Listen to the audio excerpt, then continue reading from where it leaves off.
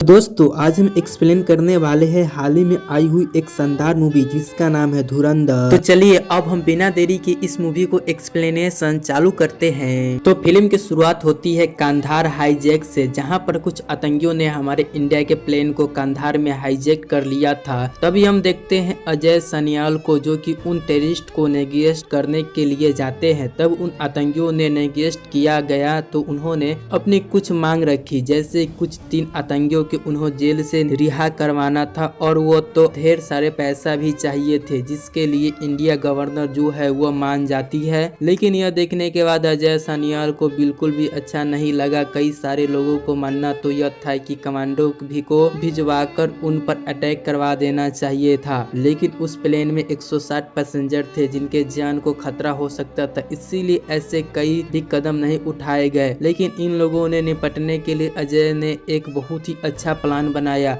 उस प्लान को नाम अजय ने धुरंधर रखा। धुरंधर एक ऐसा प्रोजेक्ट है जो कि बहुत ही लंबे सालों तक चल सकता है, लेकिन इससे फायदा यह होगा कि पाकिस्तान से जो भी गतिविधि होगी, जो भी एक्टिविटी होगी, उन सारी गतिविधि के बारे में हमें पहले पता चल जाएगा और फिर आगे से हमारा इंडिया पर कोई भी अटैक नहीं हो पाएगा। लेकिन यह गवर्नर ने इसे रिजेक्ट कर दिया। यह देखकर अजय को बिल्कुल भी अच्छा नहीं लगा, क्योंकि यह उनका ड्रीम प्रोजेक्ट था। जिसके बाद सीन शिफ्ट होता है 2001 की तरफ, जहां हम देखते हैं 2001 में पार्लियामेंट में एक बहुत ही बड़ा अटैक होता है जिसमें बहुत सारे लोग मारे गए थे। यह देखकर अजय शनिवार से रहा नहीं गया और वह फिर से धुरंधर को प्रोजेक्ट को प्रस्ताव कर रखते हैं। गवर्नर ने हाल ही में नोटिस किया है कि अटैक बढ़ते जा रहे हैं और अगर ऐसा ही चलता रहा तो देश की हालत बहुत ही बुरी हो जाएगी। तब उन्होंने अजय की बातों पर ध्यान दिया और धुरंधर को प्रोजेक्ट की अच्छे से समझाया और अजय को धुरंधर से प्लान को बहुत ही पहले बनाकर रखा था, जिससे वजह से इसके नाकाम होने के चांसेस बहुत कम थे।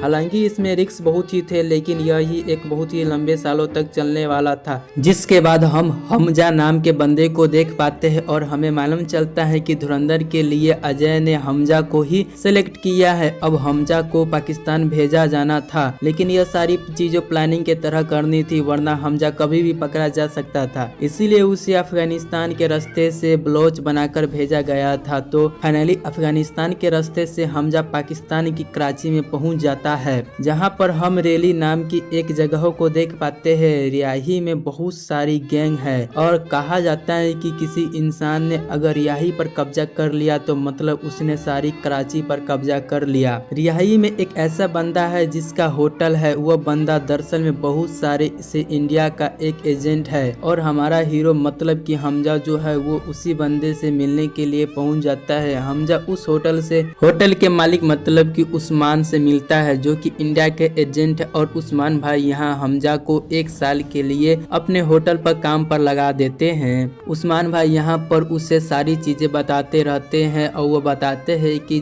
जब उसे पहला ऑपरेशन मिला था तब वो 6 साल के बाद मिला था। तब तक उन्होंने 6 सालों तक चाय बेची। अब उस्मान भाई हमजा को रियाही की गैंग के बारे में बताते हैं और वो बताते हैं कि रेडी के गैंग जो है वो कौन के नाम पर बनती है। तू बचूल है, इसीलिए तू रहमान डकैत की गैंग में शामिल हो सकता है, क्योंकि रहमान डकैत का नाम रहमान बलोच है। रियाही में एक गैंग और है जिसे बाबू डकैत का अरशद पप्पू चलाते हैं, लेकिन हमजा को समझ नहीं आ रहा था कि आखिरकार रहमान डकैत और बाबू डकैत दोनों के पीछे डकैत आता है तो वो दोनों साथ क्यों है। तो उस्मान भाई बताते हैं कि हम बात कुछ ऐसी है कि उन्होंने गैंग का मामला है कि बाबू डकैत रहमान डकैत है और नयाजी औलाद है। और अब यह जब बात रहमान डकैत को मालूम चली तो उसने अपनी अम्मी को मार दिया। इससे तुम पता लगा सकते हैं कि रहमान डकैत जो है वह कितना खूंखार आदमी है। तुम्हें रहमान गैंग उर्फ रहमान बलोच के गैंग में ही शामिल होना है और तुम्हें बाबू डकैत और अरशद पप्पू की गैंग से बचकर रहना होगा। अब बात थी कि आखिर कै हमजा जो है वो रहमान डकैत की गैंग में शामिल कैसे होगा। तब मालूम चलता है कि बाबू डकैत और अरशद पप्पू के लोग जो है वो रहमान डकैत के बड़े बेटे पर हमला करने वाले हैं और अगर हमला होते हैं वक्त अगर हमजा जो है उसके बड़े बेटे को बचा लिया तो फिर वह रहमान डकैत की गैंग में शामिल हो सकता है। इसमें रिस्क बहुत होने वाला था, लेकिन हमजा मान जाता है और वह जब रहमान डकैत के दोनों बेटों एक शादी में पहुंचे तो वहां अचानक से उन्हों लोगों के ऊपर हमला हो गया है। यह देखकर हमला बाबू डकैत और अरशद पप्पू के लोगों ने करवाया था और फिर मौका देखकर हमजा भी वहां पहुंच जाता है और इन दोनों बच्चों को बचाने की पूरी कोशिश करता है। लेकिन आखिरकार में हम देखते हैं कि हमजा जो है वो रहमान डकैत के बड़े बेटे को नहीं बचा पाता है, लेकिन हमजा जो है रहमान के छोटे बेटे को बचा लिया था। रही बात बड़े को, तो हमजा ने उसे हॉस्पिटल लेकर गया था लेकिन वहाँ वो नहीं बच पाया था। थोड़ी ही देर बाद यहाँ एक एंट्री होती है रहमान डकैत की, जो कि बहुत ही खूंखार है, लेकिन अपने बेटे की मौत के बाद वो बहुत ही ज्यादा उदास था और हद से ज्यादा गुस्से में भी। रहमान डकैत के छोटे बेटे ने उसे बता दिया था कि हमजा उनकी जान से खेलकर जान बचाई है। यह देखते हुए रहमान जो है उसे 1 लाख देने लगता है, लेकिन हमजा इसे लेने से इनकार कर देता है और वो रहमान से कहता है कि आप बलोच है और आपने बलोच लोगों के लिए बहुत कुछ किया है। हमजा अपने बारे में भी बता देता है कि वो भी एक बलोच है और वो यहाँ तक कैसे पहुँचा है। हमजा कहता है कि उन्हें पूरा भरोसा है कि एक दिन बलूच लोगों को आज़ादी दिलवाएंगे क्योंकि वो उन्हें के लिए खुदा की तरह है। लेकिन रहमान के अंदर तो बदले की आग जल रही थी। उसे मालूम है कि यह अटैक जो है वो बाबू डकैत और पप्पू अरशद ने की कर पाया है। वह तो उन लोगों के आज बदला लेना चाहते हैं कि तभी यहाँ MAR आ जाता है जिसके नाम जमील है और यहाँ आकर रहमान के पैर पर गिड़गिड़ाता लगता है कि तभी वह ऐसे कोई भी कदम न उठाए क्योंकि अगर ऐसा हुआ तो इलेक्शन में बहुत ही बुरा प्रभाव पड़ सकता है। जमील कहता है कि इलेक्शन नजदीक है, एक बार इलेक्शन जीत जाए उसके बाद सारी सत्ता हमारे पास रहेगी, जिसके बाद तुम्हें जो कुछ भी करना है। रही बात हमजा की, तो अब वो हमजा जो है वो रहमान डकैत की गैंग में शामिल हो चुका है। वो इन लोगों के साथ रहने लगता है और वो उनका काम भी संभालने लगा था। रहमान का चचेरा भाई उजैल हो जिस पर वो बहुत भरोसा करते हैं, अब उजैल जो है वो हमजा पर भरोसा करने लगा है। एक और बंदा है जिसका नाम दगा है जो कि बहुत ही खतरनाक है, लेकिन बेटे की मौत के बाद जो अब रहमान जो है वो उदास रहने लगा था। उसे बिल्कुल समझ नहीं आ रहा था कि क्या इलेक्शन का इंतजार करना चाहिए या अपने बेटे के बदला ले लेना चाहिए। इसके बारे में सबसे राय लेता है, लेकिन कुछ लोगों को मानना था कि इलेक्शन के बाद बदला लेना चाहिए क्योंकि फील्डिंग जो है वो हमें वहीं से मिलती है। लेकिन जब हमजा से पूछा जाता है तो हमजा कहता है कि मेरा यह मानना है कि वो कहता है रैली जो है वो 2 हिस्से में बटा है और अगर ऐसे ही हम बाबू डकैत के मार देते तो सारी जो है वो हमारी साइड हो जाएगी और सारी वोट भी हमारी तरफ ही हो जाएगी। रही बात बदले की, तो वो बदले से को इतने ज्यादा दिनों तक टाला नहीं करते हैं। तब रहमान डकैत जो है वो हमजा की बात मान लेता है और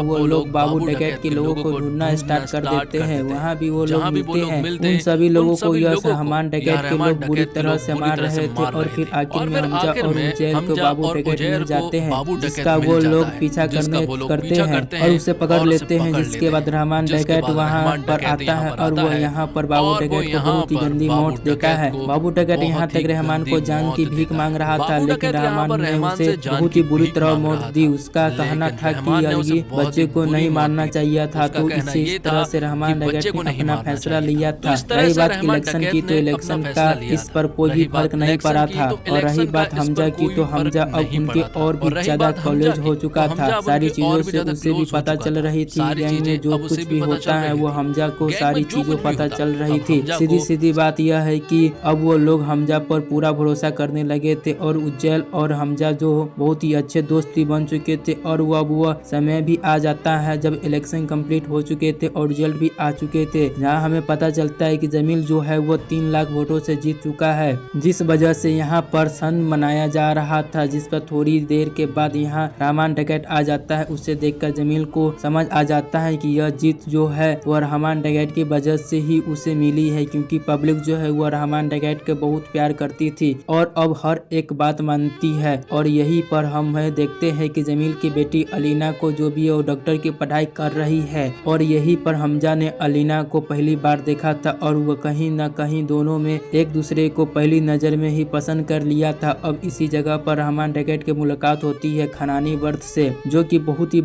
पैसे वाले हैं और रहमान डकैत से कहते हैं कि हमें मालूम है कि पूरी रैली जो है वह अपने कब्जे में है और हर जगह हम यहाँ से कोई बिजनेस डाले तो इससे पता आपको भी बहुत फायदा हो सकता है और हम यह तो चाह रहे हैं कि आपकी एक अलग पार्टी हो ताकि आपकी सियासत जो है वो हमेशा इसी तरह से बनी बनी रहे। अब क्योंकि खानदानी वर्ष जो है वो बहुत ही पैसे वाले थे, इसीलिए रहमान डकैत जो है उनकी मीटिंग करना तो था ही, लेकिन फिलहाल हमारे हीरो हमजा को अलीना को मिलना था, इसीलिए वो एक पार्टी में जाता है और वहाँ जो पुलिस के द्वारा रेड पड़ता है, जिस वजह से यहाँ पर अलीना को भागना पड़ता है और हमजा जो उसे लिफ्ट देने पड़ता है क्योंकि हमजा ने उसकी कार को खराब कर दिया था। लेकिन अब पुलिस जो है वो लोगों के पीछे पड़ चुकी थी, लेकिन हमजा यहाँ पर हीरोगिरी दिखाता है और उसे बहुत दूर ले जाता है। इसी बहाने उसकी बहुत ही अच्छी दोस्ती हो जाती है। कहीं न कहीं वो एक दूसरे को पसंद करने लगे थे। अब कुछ दिनों के बाद रहमान डकैत जो है वो घरानी बिरुद से मिलने के लिए पहुंच जाता है, लेकिन अब वहां हम पहुंचने के बाद डकैत को मुलाकात होती है ISI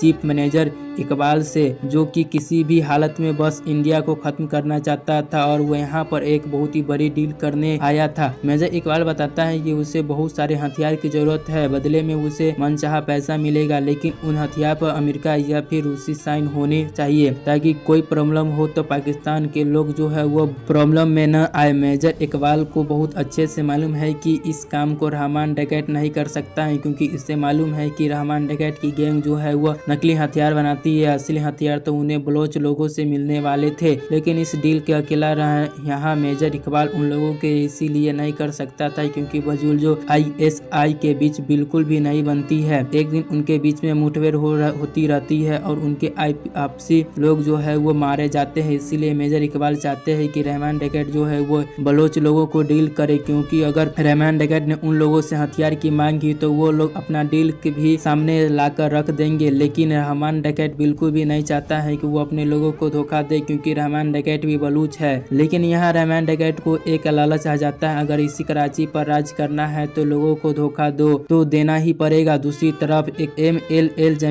जमील के पास यह खबर पहुंच जाती है कि रहमान डकैत जो है वो अपनी नई पार्टी अनाउंस करने वाला है और अगर ऐसा होता है तो जमीन के हाथों से सत्ता छीन सकती है और उसके पास कोई पावर भी नहीं बचेगी। इसीलिए जमील को कुछ न कुछ तो करना ही था। वो सोच लेता है कि अगर किसी राक्षस को मारना है तो वो एक दानव को ले आना पड़ेगा। उस दानव का नाम था SP चौधरी असलम, जो कि 7 सालों से सस्पेंड है। सस्पेंड भी 7 साल पहले SML जमील ने ही कराया था और रिजाइन भी जमील ही करवा रहा है। रही बात SP चौधरी असलम की, तो वो बहुत ही ज्यादा क्रूर है और बहुत ही घातक और खतरनाक भी है और वो किसी से नहीं डरता है। दूसरी तरफ हम देखते हैं रहमान डकैत को, जो कि बलूचिस्तान पहुंच जाता है श्रीनीति से मिलने के लिए, क्योंकि वो वहाँ हथियार की डील करने वाला था और वो उन लोगों से मिलता है। वहाँ पर रहमान डकैत का वो लोग बहुत ही अच्छे से स्वागत करते हैं और जब रहमान डकैत उससे हथियार की मांग करता है तो वो लोग खुशी खुशी हथियार देने के राजी हो जाते हैं। यहाँ सारे हथियार जो है उन्हें जुमा और आसपास देने वाले थे और मेजर इकबाल के लोग जो है वो इंडिया के 3 अक्टूबर के आसपास अटैक करने वाले हैं। तो SP चौधरी असलम जब जमील के पास आता है तो उससे कहता है कि आपने जो काम मुझे सौंपा है वो काम मैं नहीं कर सकता हूँ, क्योंकि आपने मुझे काम सौंपा है कि पूरे लिहाई को साफ करना है और बिल्कुल क्लीन नहीं बनना है। लेकिन यह तो पॉसिबल ही नहीं है, क्योंकि सियाही के जितनी भी पुलिस वाले हैं जो है वो न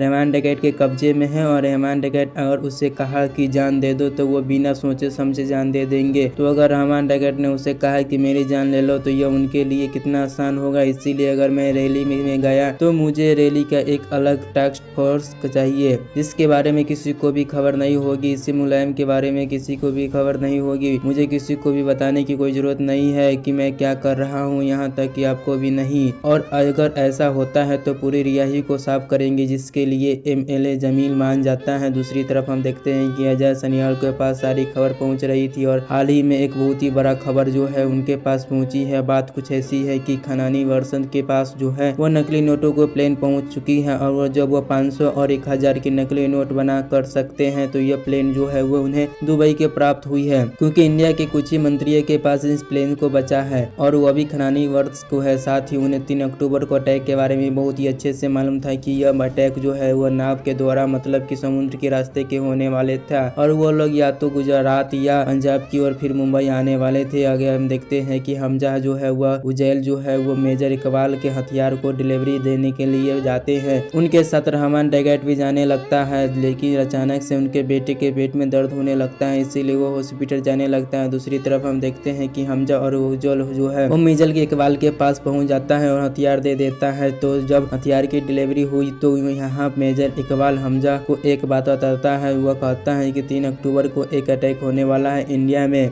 लेकिन इस अटैक के बारे में इंडिया को पता चल गया है और उस खबरी के बारे में भी अब हमें मालूम चल गया है, जिस वजह से अब यहाँ पर मेजर इकबाल बहुत ही तड़पता रहता मराता है। यह सारी चीजों को हमजा साहब देख लेता है पर यहाँ कुछ नहीं कर पा रहा था। दूसरी तरफ हम देखते हैं कि रहमान डैगेट जो है वह अपने बेटे को हॉस्पिटल लेकर जा रहा था, तभी उनकी बीवी साथ, लेकिन तभी बीच रास्ते में रहमान डैगेट के ऊपर हमला हो जाता है और यह हमला किसी और ने नहीं बल्कि एसपी चौधरी असलम ने किया था, क्योंकि वह तो ताक में ही बैठा था कि अब रहमान डैगेट अकेला लोगों को कब और उस पर हमला करेगा। एसपी चौधरी असलम के पास रही बहुत ही अच्छी मौका था, इसीलिए वह उसके ऊपर अटैक कर देते हैं। सारी लोगों को मारने के बाद रहमान डैगेट अपने बच्चे और अपने बेबी को लेकर साथ मौजूद था। अगर यह सिलेंडर नहीं करता है तो उनकी पूरी फैमिली मारी जाती है, इसलिए रहमान डैगेट को यहाँ पर सिलेंडर करना पड़ा। सिलेंडर होने के बाद एसपी चौधरी असलम जो है वह उसे बहुत ही बुरी तरह से पीटता है, लेकिन अब यह खबर जो है वह हमजा और ओजर तक पहुँच चुकी है और उन्हें बहुत ही अच्छे से मालूम है कि एसपी चौधरी असलम जो है उसका इनकाउंटर करेगा, जो हमजा को अब किसी भी हालत में रहमान डैगेट को बचाना था। तभी हमजा को मालूम चलता है कि घर के ही किसी आदमी ने रहमान डैगेट के बेटे को दवा दी है, जिस वजह से उसके पेट में दर्द हुआ था।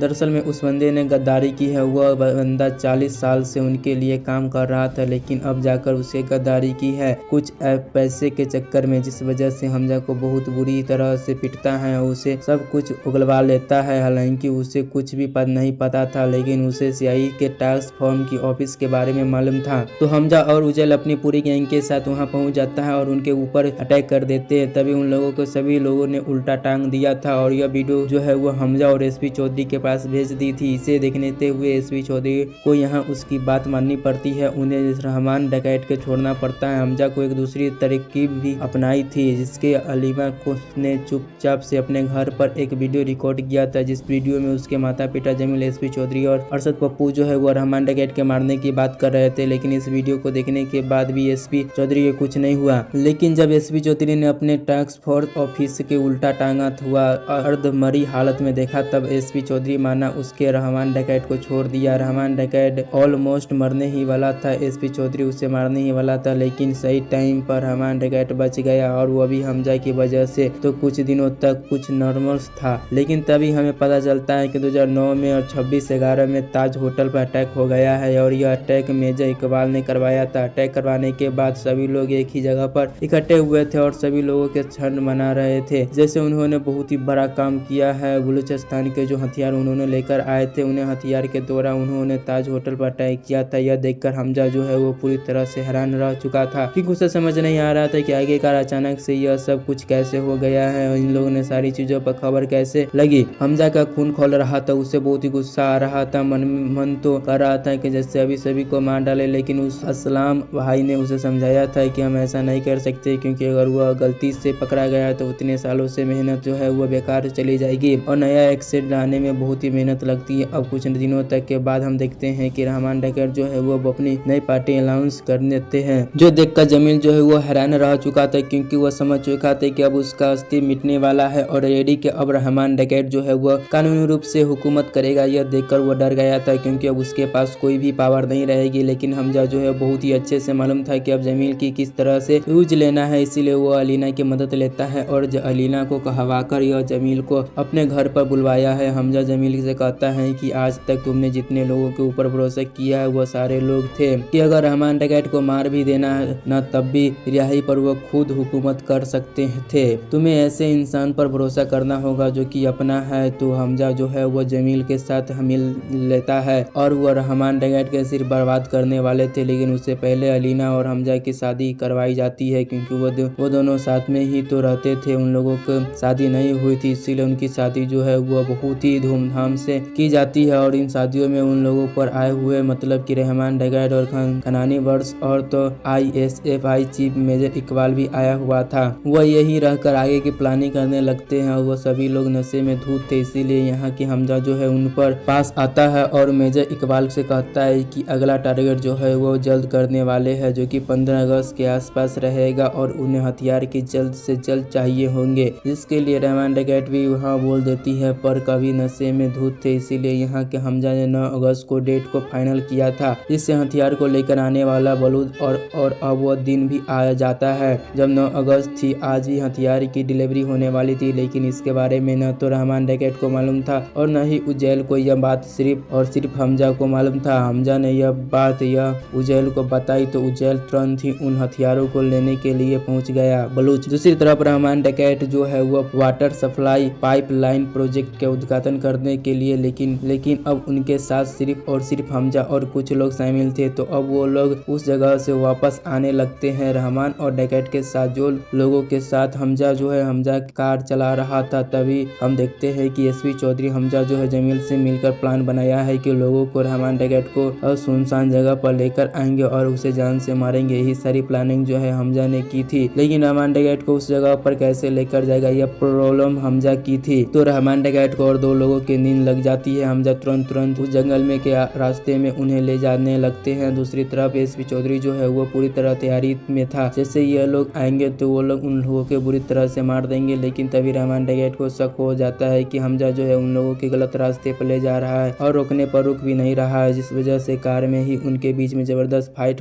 होती है। अब हमजा जो ऐसे लगने लगता है कि शायद वो दूर नहीं जा सकते, इसीलिए बीच रास्ते में ही कार में एक्सीडेंट करवा देते हैं। एक्सीडेंट के बाद हमजा तुरंत ही कार के में निकल भागने लगते हैं और फिर मौका देखकर यहाँ पर चौधरी असलम भी अपनी पूरी टीम के लेकर आ जाता है। गोलीबारी हो रही थी, लेकिन सही मौके देखकर यहाँ पर रहमान डकैत भी भाग निकलता है। हमजा के पीछे रहमान डकैत का एक आदमी था, वो हमजा से फाइट करता है, लेकिन हमजा उसे बहुत ही बुरी तरह से मार देता है। रही बात रहमान डकैत की, तो रहमान डकैत के पीछे एसपी चौधरी था और उनके बीच में बहुत ही खतरनाक फाइट होती है। लेकिन तभी सही समय पर यहाँ पर हमजा आ जाता है, वरना एसपी चौधरी तो आज मरने वाले थे। हमजा यहाँ सही समय का आकर रहमान डकैत को बहुत ही बुरी तरह से मार डालता है, जिसके बाद एसपी चौधरी असलम जो है वो रहमान डकैत को गले की साइड में गोली मारता है, जिससे कि उसकी बहुत ही ज्यादा खून बहने लगता है। हालांकि वो मरा नहीं था, क्योंकि यही उनकी प्लानिंग थी। रहमान डकैत को उन्हें मरने नहीं देना था, उन्हें सही सलामत हॉस्पिटल लेकर जाना था। ऐसी हालत में हॉस्पिटल ले जाते समय डकैत जो है वो मारा जाए, तो बिल्कुल प्लानिंग की तरह हुआ था। रहमान डकैत जो हमजा ने उठाया था अधमरी हालत में हॉस्पिटल में ले गया ऑटो में।